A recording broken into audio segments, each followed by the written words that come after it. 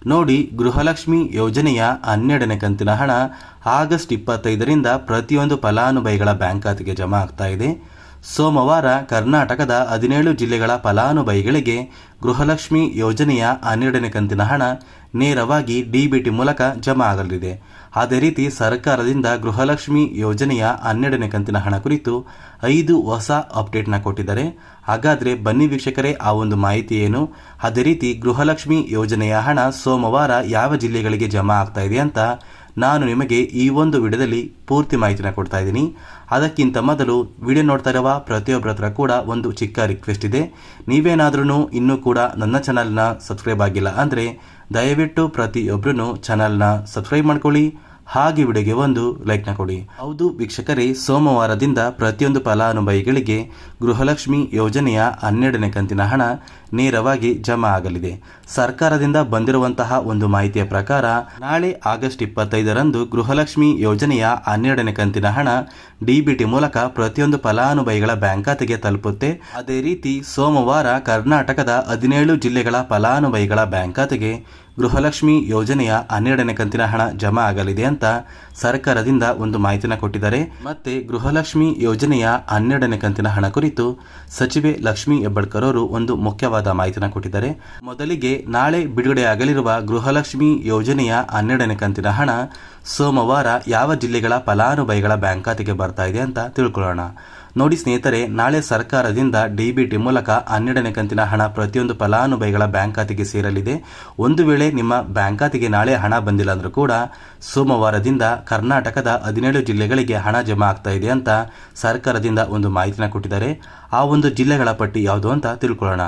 ಮೊದಲಿಗೆ ವೀಕ್ಷಕರೇ, ಕೊಪ್ಪಳ, ಬೆಳಗಾವಿ, ಮೈಸೂರು, ವಿಜಯಪುರ, ಉತ್ತರ ಕನ್ನಡ, ಮಂಡ್ಯ, ದಾವಣಗೆರೆ, ಧಾರವಾಡ, ದಕ್ಷಿಣ ಕನ್ನಡ, ಯಾದಗಿರಿ, ಬಳ್ಳಾರಿ, ಕಲಬುರಗಿ, ಹಾಸನ, ಶಿವಮೊಗ್ಗ, ತುಮಕೂರು ಮತ್ತು ಬೀದರ್ ಈ ಜಿಲ್ಲೆಗಳಿಗೆ ಸರ್ಕಾರದಿಂದ ಗೃಹಲಕ್ಷ್ಮಿ ಯೋಜನೆಯ 12ನೇ ಕಂತಿನ ಹಣ ಸೋಮವಾರದಿಂದ ಪ್ರತಿಯೊಂದು ಫಲಾನುಭವಿಗಳ ಬ್ಯಾಂಕ್ ಖಾತೆಗೆ ಜಮಾ ಆಗ್ತಾ ಇದೆ.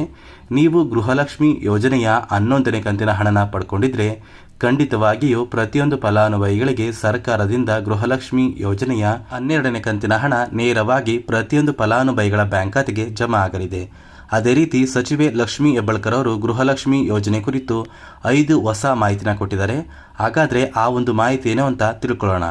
ನೋಡಿ ಸ್ನೇಹಿತರೆ, ಸಚಿವೆ ಲಕ್ಷ್ಮಿ ಹೆಬ್ಬಾಳ್ಕರ್ ಅವರು ಕೊಟ್ಟಿರುವಂತಹ 5 ಹೊಸ ಅಪ್ಡೇಟಲ್ಲಿ ಮೊದಲ ಒಂದು ಮಾಹಿತಿ ಬಂದು, ನಿಮ್ಮ ಮನೆಯ ಸದಸ್ಯರಲ್ಲಿ ಯಾರು ಕೂಡ ಸರ್ಕಾರಿ ನೌಕರರಾಗಿ ಕಾರ್ಯನಿರ್ವಹಿಸ್ತಾ ಇರಬಾರ್ದು. ಅದೇ ರೀತಿ ಎರಡನೆಯ ಒಂದು ಹೊಸ ಅಪ್ಡೇಟ್ ಬಂದು, ಸರ್ಕಾರಕ್ಕೆ ನೀವು ಯಾವುದೇ ರೀತಿಯ ಒಂದು ತೆರಿಗೆನ ಕಟ್ತಾ ಇರಬಾರ್ದು, ಅಥವಾ ನಿಮ್ಮ ಮನೆಯ ಸದಸ್ಯರು ಯಾರು ಕೂಡ ಸರ್ಕಾರಕ್ಕೆ ತೆರಿಗೆನ ಕಟ್ತಾ ಇರಬಾರ್ದು. ಮೂರನೆಯ ಒಂದು ಹೊಸ ಅಪ್ಡೇಟ್ ಬಂದು, ನಿಮ್ಮ ಮನೆಯ ವಾರ್ಷಿಕ ಆದಾಯ 7 ಲಕ್ಷಕ್ಕಿಂತ ಕಡಿಮೆ ಇರಬೇಕು. ಒಂದು ವೇಳೆ 7 ಲಕ್ಷಕ್ಕಿಂತ ಜಾಸ್ತಿ ಇದ್ದರೆ ಗೃಹಲಕ್ಷ್ಮಿ ಯೋಜನೆಯ ಹಣ ನಿಮ್ಮ ಬ್ಯಾಂಕ್ ಖಾತೆಗೆ ಬರೋದಿಲ್ಲ. ಅದೇ ರೀತಿ ನಾಲ್ಕನೆಯ ಒಂದು ಹೊಸ ಅಪ್ಡೇಟ್ ಬಂದು, ನಿಮ್ಮ ಬಳಿ ಯಾವುದೇ ರೀತಿಯ ಒಂದು ವೈಟ್ ಬೋರ್ಡ್ ಇರುವಂತಹ ವಾಹನ ಇರಬಾರ್ದು. ಒಂದು ವೇಳೆ ನಿಮ್ಮ ಬಳಿ ವೈಟ್ ಬೋರ್ಡ್ ಇರುವಂತಹ ವಾಹನ ಇದ್ದರೆ ಗೃಹಲಕ್ಷ್ಮಿ ಯೋಜನೆಯ ಹಣ ಬರೋದಿಲ್ಲ. ಅದೇ ರೀತಿ 5ನೆಯ ಒಂದು ಹೊಸ ಮಾಹಿತಿ ಬಂದು, ನೀವು ಹೊಂದಿರುವಂತಹ ಆಸ್ತಿ ಅಥವಾ ನಿಮ್ಮ ಬಳಿ ಇರುವಂತಹ ಜಮೀನು 10 ಎಕರೆಗಿಂತ ಕಡಿಮೆ ಇರಬೇಕು.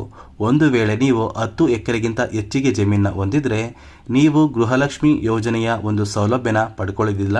ಅದೇ ರೀತಿ ನಿಮ್ಮ ಬಳಿ ಇರುವಂತಹ ಒಂದು BPL ರೇಷನ್ ಕಾರ್ಡ್ನ ಸರ್ಕಾರ ಕ್ಯಾನ್ಸಲ್ ಮಾಡುತ್ತೆ. ಈಗಾಗಲೇ ಸಾಕಷ್ಟು ಕಡೆ ಕೆಲವೊಂದು ಮಾಹಿತಿನ ಕೇಳಿರ್ತೀರ. ಸರ್ಕಾರ ಗೃಹಲಕ್ಷ್ಮಿ ಯೋಜನೆಯ ಒಂದು ಹಣನ ಯಾರೆಲ್ಲ BPL ರೇಷನ್ ಕಾರ್ಡ್ನ ಹೊಂದಿದ್ದೀರಾ ಇಂತಹ ಫಲಾನುಭವಿಗಳ ಬ್ಯಾಂಕ್ ಖಾತೆಗೆ ಮಾತ್ರ ಕೊಡಬೇಕು ಅಂತ ಸರ್ಕಾರದಿಂದ ಕೆಲವೊಂದು ಹೊಸ ನಿಯಮಗಳನ್ನ ಜಾರಿಗೆ ತರಬೇಕು ಅಂತ ಮಾತುಕತೆ ಆಗ್ತಾ ಇದೆ. ಆದರೆ ಸರ್ಕಾರ ಇನ್ನೂ ಕೂಡ ಯಾವುದೇ ರೀತಿಯ ಒಂದು ಅಧಿಕೃತವಾಗಿ ಘೋಷಣೆ ಮಾಡಿಲ್ಲ. ಒಂದು ವೇಳೆ ಸರ್ಕಾರ ಈ ಒಂದು ಹೊಸ ರೂಲ್ಸ್ನ ಜಾರಿಗೆ ತಂದರೆ BPL ರೇಷನ್ ಕಾರ್ಡ್ನ ಹೊಂದಿರುವಂತಹ ಪ್ರತಿಯೊಂದು ಫಲಾನುಭವಿಗಳು ಗೃಹಲಕ್ಷ್ಮಿ ಯೋಜನೆಯ 2,000 ಹಣನ ಪ್ರತಿ ತಿಂಗಳು ಪಡ್ಕೋತೀರಾ.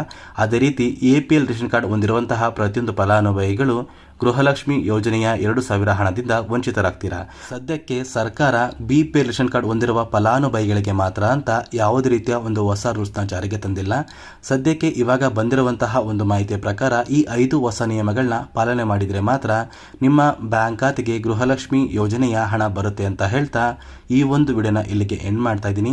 ನೋಡಿ ವೀಕ್ಷಕರೇ, ನಾನು ನಿಮಗೆ ಕೊಟ್ಟಿರುವಂತಹ ಮಾಹಿತಿ ನಿಮಗೆ ಇಷ್ಟ ಆಗಿದ್ರೆ ದಯವಿಟ್ಟು ಪ್ರತಿಯೊಬ್ಬರೂ ನನ್ನ ಚಾನಲ್ನ ಸಬ್ಸ್ಕ್ರೈಬ್ ಮಾಡ್ಕೊಳ್ಳಿ, ಹಾಗೆ ವಿಡಿಯೋಗೆ ಒಂದು ಲೈಕ್ನ ಕೊಡಿ.